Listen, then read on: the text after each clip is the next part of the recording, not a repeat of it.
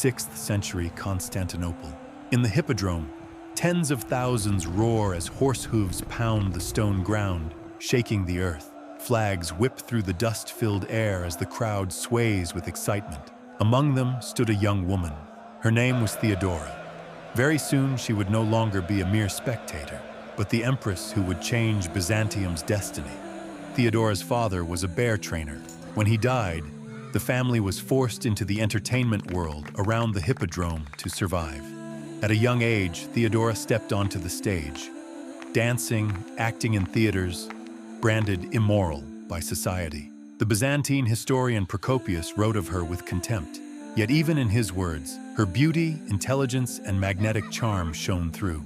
The Hippodrome was not just for sport.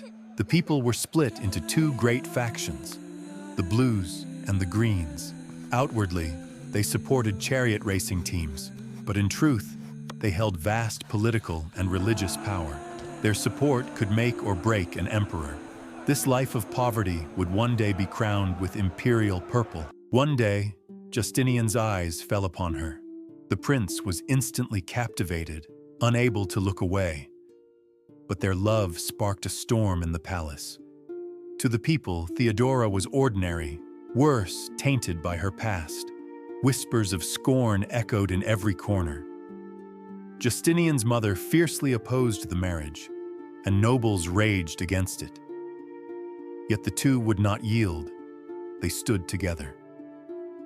Justinian pressured the church to pass a new law. A woman who repents of her past may marry. This law changed more than a marriage. It altered the course of history. Theodora now reached not just for a prince, but for the emperor's heart, and half the throne of Byzantium. In 532, rising taxes and harsh policies united the long-rival Blues and Greens. From the Hippodrome rose a single word: Nika, victory. It became the name of Constantinople's greatest revolt, the Nika Riot. The city quickly went up in flames. The palace was besieged. Justinian considered fleeing. Then Theodora stood up. In her purple robe, calm yet unshakable, she spoke unforgettable words. Those who wish may flee. But for an emperor, purple is the noblest shroud. That sentence saved an empire. The army struck back. The revolt was drowned in blood. Over 30,000 died in the Hippodrome, but Byzantium endured. After the Nika revolt, Theodora was no longer just the emperor's wife. She became a true partner in rule, a voice of law itself. No decree was sealed without her approval. In the council chamber, ministers faced not only Justinian but Theodora as well. Decisions came after heated debates stretching late into the night. Justinian sought her counsel at every step, and she gave direction without hesitation. Two powers now shared the throne, the emperor and the empress. The empire rested on their joint shoulders. The mosaics still gleam with witness. Theodora carved women's voices into history. She founded shelters for those forced into prostitution, helping them rebuild their lives. Women gained rights to inherit and own property. For the first time, the law spoke their name. Harsh penalties were set against human trafficking and forced labor. In Byzantine markets, women raised papyrus scrolls demanding justice, hopeful faces lit with possibility.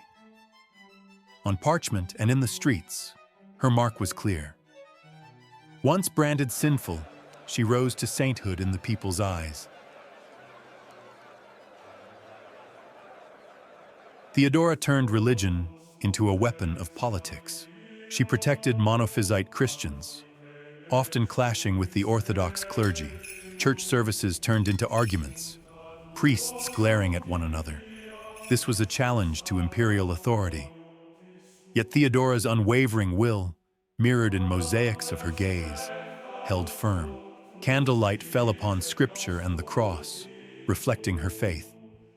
Secret meetings of Monophysite clergy found courage under her protection. Theodora knew well, an empire was ruled not only by the sword, but by belief.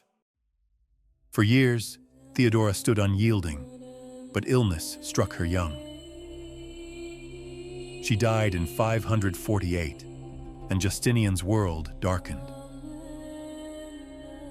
In Hagia Sophia's mosaics, they were immortalized side by side, emperor and empress. To some, she was a sinner, to others, a saint. But to all, she was the woman who changed Byzantium's fate. From poverty to the palace, from the shadow of the Hippodrome to the imperial throne, Theodora remains one of history's unforgettable women. Theodora was not just an empress. She was resistance echoing in the heart of Byzantium, the voice of women, a power that defied history. Centuries have passed, but Istanbul's walls still whisper her name. In Hagia Sophia's mosaics, her eyes still gleam. In the Hippodrome sands, her footsteps remain. Her gaze reminds us, a woman can change the fate of an empire, and even today, she lives on as a symbol of courage.